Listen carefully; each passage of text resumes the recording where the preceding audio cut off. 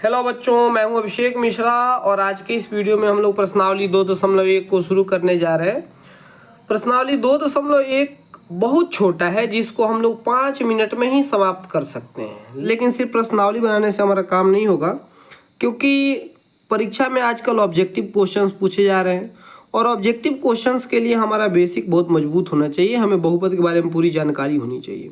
वैसे तो बहुपद के बारे में हम लोगों ने 9th में पढ़ा था, लेकिन वो चीज़ें आप भूल गए होंगे, तो इसलिए मैं फिर से याद दिलाता हूँ। बहुपद क्या होता है?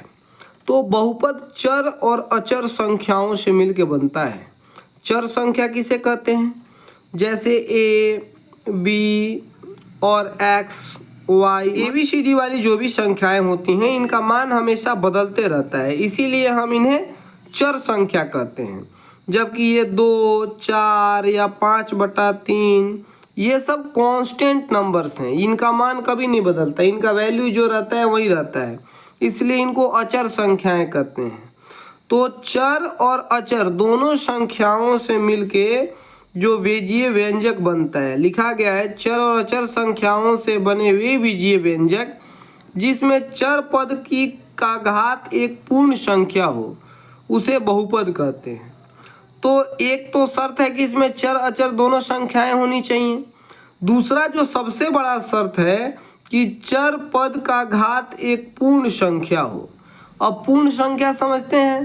पूर्ण संख्या कहते हैं 0, 1, 2, 3, 4, मतलब 0 से शुरू होता है 1, 2, 3। प्राकृत संख्याओं के परिवार में बस 0 जोड़ देते हैं तो वह पूर्ण संख्या हो जाता है।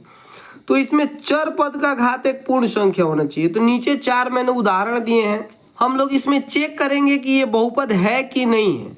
तो सबसे पहले पहला उदाहरण 4x² + 3x + 5।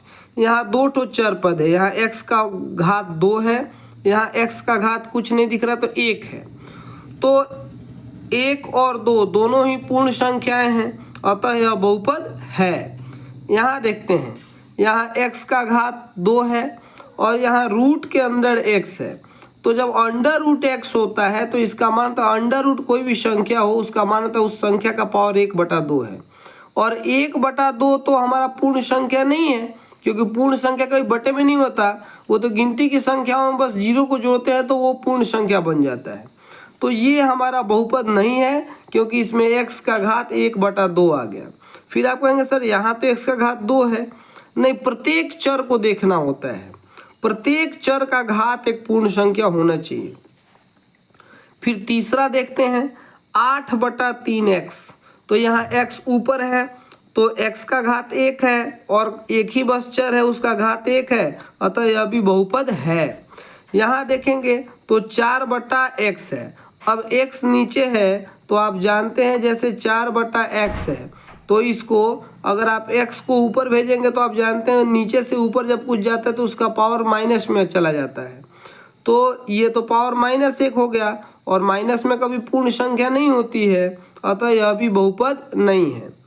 तो मैं आशा करता हूं कि ये चारों एग्जाम्पल देखने के बाद आप समझ जाएंगे कि कौन बहुपद है कौन नहीं है, क्योंकि बोर्ड एग्जाम में ये ऑब्जेक्टिव में भी पूछा जाता है।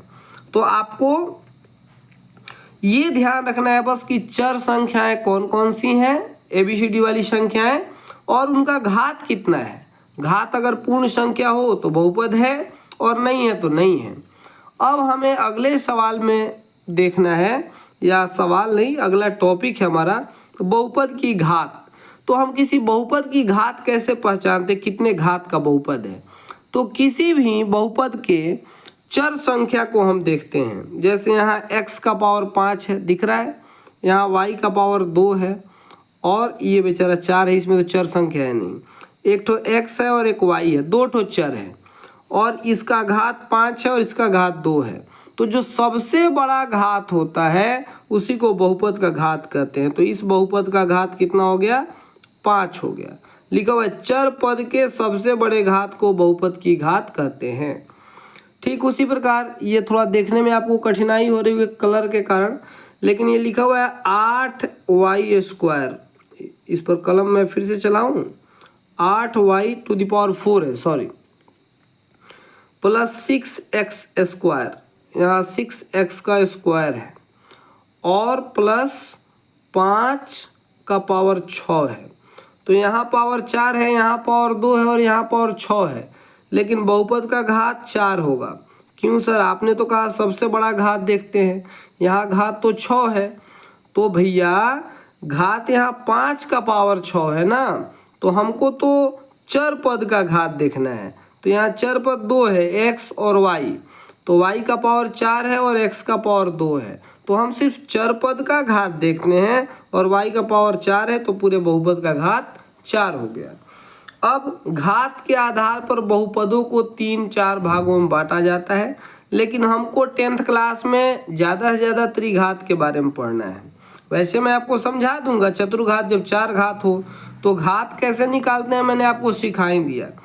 जब एक घात हो, जब घात 1 हो तो उसे रैखिक कहते हैं, जब घात 2 हो तो उसे द्विघात कहेंगे। उसी प्रकार 3 घात वाले को त्रिघात कहेंगे, है ना। सर एक एक उदाहरण दीजिए। तो 4x + 5y बराबर 2, या फिर बराबर 2 छोड़ो, 4x + 5y, यह भी तो एक बहुपद है। तो यहाँ x का पावर 1 है, y का पावर 1 है, तो मतलब ये रैखिक बहुपद का उदाहरण हो गया, क्योंकि यहाँ दोनों का घात 1 है। फिर 2 घात वाले लेते हैं, तो 5y + 3x का पावर 2, यहाँ घात 2 मिल गया। अब त्रिघात वाला देखते हैं, 9x² + 3x³ + 6, मतलब कुछ भी लिखो, बस एक तो सबसे बड़ा घात 3 लिख दो, तो ये एक त्रिघात बहुपद है। ऐसे चतुर्घात, पंचघात आप अपने से लिख सकते हैं। एक कंसेप्ट मैं आपको और बता दूं, ये देख लो, 4x + 5y बराबर 3 एक यहाँ दे दो, और मुझे बताओ कि क्या आपने पीछे के मतलब आपने कभी भी इस तरह के बहुपद का ग्राफ बनाना सीखा है? तो जब भी इसका आप ग्राफ बनाते थे तो वो हमेशा एक सीधी रेखा प्राप्त होती थी। तो इस बहुपद का नाम रैखिक बहुपद इसलिए पड़ा क्योंकि जब भी हम इसका ग्राफ बनाते हैं, जैसे ग्राफ कैसे बनाते हैं, ये एक्स एक्सिस होता है, ये वाई एक्सिस होता है, इस पर जब भी कोई एक ग्राफ बनाते हैं तो ये एक सीधी रेखा आती है, इसीलिए इसे रैखिक बहुपद कहते हैं। जबकि द्विघात के साथ ऐसा नहीं होता। जैसे मैं फिर से अगर बनाऊं, अगर आप कोई भी ग्राफ बनाते हैं, यहाँ मैं लिखता हूँ, देखिएगा ध्यान से, तो ये जो रेखा होती है इसे एक्स अक्ष कहते हैं, ठीक है, और जो खड़ी रेखा होती है इसे वाई अक्ष कहा जाता है। ग्राफ बनाना वैसे मैं आपको फिर से सिखाऊंगा ही, लेकिन 9th में 8th में भी तो आप पढ़ के आए हैं, तो उसी आधार पे अभी इससे काम चल जाएगा। तो ये जो पड़ी हुई रेखा है इसे एक्स एक्सिस कहते हैं, जो सीधी खड़ी रेखा है इसे वाई एक्सिस कहते हैं। द्विघात बहुपद का जब भी आप ग्राफ देखेंगे तो परवलय के आकार का होता है, ऐसे यू आकार का, ठीक है, और वो जितनी बार एक्स अक्ष को काटे, कोई भी ग्राफ देखिएगा, जितनी बार एक्स अक्ष काटेगा, जैसे ये ग्राफ जो बना है, एक बार एक्स को इस बिंदु पे काट रहा है, एक्स एक्सिस माने ये पड़ी हुई रेखा, और एक बार यहाँ पे काट रहा है, एक्स अक्ष को ये 2 बार काट रहा है, तो इसीलिए यह इसके शून्यक कितने होंगे, इसके शून्यक 2 होंगे। अब बच्चा बोला कि सर शून्यक होता क्या है, मुझे ये बताइए। तो शून्यक कहते हैं वह मान जिसको रखने के बाद उस बहुपद का पूरा मान ही शून्य हो जाए। जैसे 4x + 3 ये एक बहुपद है, तो इसका शून्यक क्या होगा, इसका शून्यक होगा -3/4। तो रख के चेक कर लो, तो x की जगह पे -3/4 रखो, तो बराबर 4 × -3/4, और जोड़ 3 है तो जोड़ 3 लिख लेते हैं। 4 से 4 गया, अब देखो क्या बचा, -3 इधर बचा और +3 इधर, तो -3 + 3 जाके 0 हो गया। तो इसी को शून्य कहते हैं। तो x का मान वह मान जो पूरे बहुपद के मान को 0 कर दे उसे शून्य कहते हैं। तो इस बहुपद का शून्यक होगा -3/4।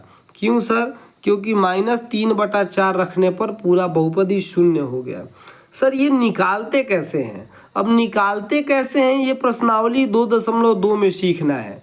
फिलहाल आप बस ये जानिए कि शून्यक किसे कहते हैं। तो शून्यक वह संख्या होती है जिसका मान रखने पर पूरा बहुपद शून्य हो जाता है। तो किसी बहुपद का ग्राफ देख के हम बता सकते हैं उसके कितने शून्यक होंगे। तो अगर x अक्ष को एक बार काटे तो एक शून्यक होगा, 2 बार काटे तो 2 शून्यक होगा, और जितनी बार काटे उतना शून्यक होगा। यही कंसेप्ट है आज के चैप्टर का। और फिर अब हम लोग एग्जाम्पल और एक्सरसाइज देखते हैं, हमारा बेसिक्स खत्म होता है। अब मेरी मजबूरी है कि इतना चित्र तो मैं बना नहीं सकता, तो ये मुझे आपको किताब पर ही दिखाना पड़ेगा। उदाहरण एक कर है कि सब आकृति को देखिए और बताइए कि इसमें शून्यकों की संख्या कितनी है। तो आप पहला आकृति देखिए, एक्स अक्ष को यह ग्राफ कितनी बार काट रहा है, तो एक बार यहाँ पे काट रहा है, तो इसमें शून्य की संख्या हो गई 1। फिर ये आकृति देखिए, इसका ग्राफ कितनी बार काट रहा है, तो एक बार यहाँ काट रहा है, एक बार यहाँ काट रहा है, तो इसकी संख्या हो गई 2, शून्यक इसमें 2 होंगे। इसको देखिए कि यहाँ काटा, दूसरा यहाँ काटा, तीसरा यहाँ काटा, तो यहाँ शून्यकों की संख्या हो जाएगी 3। और ये ग्राफ एक्स अक्ष को बस एक बार काट रहा है। एक्स अक्ष मतलब इस रेखा को कहते हैं, पड़ी हुई रेखा को। तो इसमें शून्य की संख्या होगी 1, और यह छू के एक बार निकल जा रहा है, तो एक बार छू रहा है तो शून्य की संख्या होगी 1। यह देखो 1 2 3 4, 4 बार काट रहा है तो शून्य की संख्या होगी 4। इसमें एक ही उदाहरण था। अब प्रश्नावली को देखते हैं। प्रश्नावली में भी वही एक ठो सवाल है, ये सब ग्राफ देख के बताना है कि इसमें कितने शून्यक होंगे। तो ये वाला ग्राफ तो एक बार भी एक्स अक्ष को टच नहीं कर रहा है, तो इसमें शून्य की संख्या 0 हो जाएगी। ये एक बार काट रहा है एक्स अक्ष को तो 1 होगी। यह 1 2 3 बार काट रहा है तो 3 शून्यक होंगे। यहाँ देखो 1 2 3, तो यहाँ भी 3 होंगे। यहाँ 1 2 3 4, तो शून्य की संख्या 4 होगी। 1 2, शून्य की संख्या 2 होगी। ये पूरे 10th क्लास का सबसे आसान एक्सरसाइज है। तो आशा करता हूँ आपको मज़ा आया होगा। वीडियो बहुत छोटा हुआ, लेकिन अगले वीडियो में हम लोग 2.2 के बेसिक्स को देखेंगे और एग्जाम्पल्स को देखेंगे। अभी के लिए बस इतना ही। Thank you.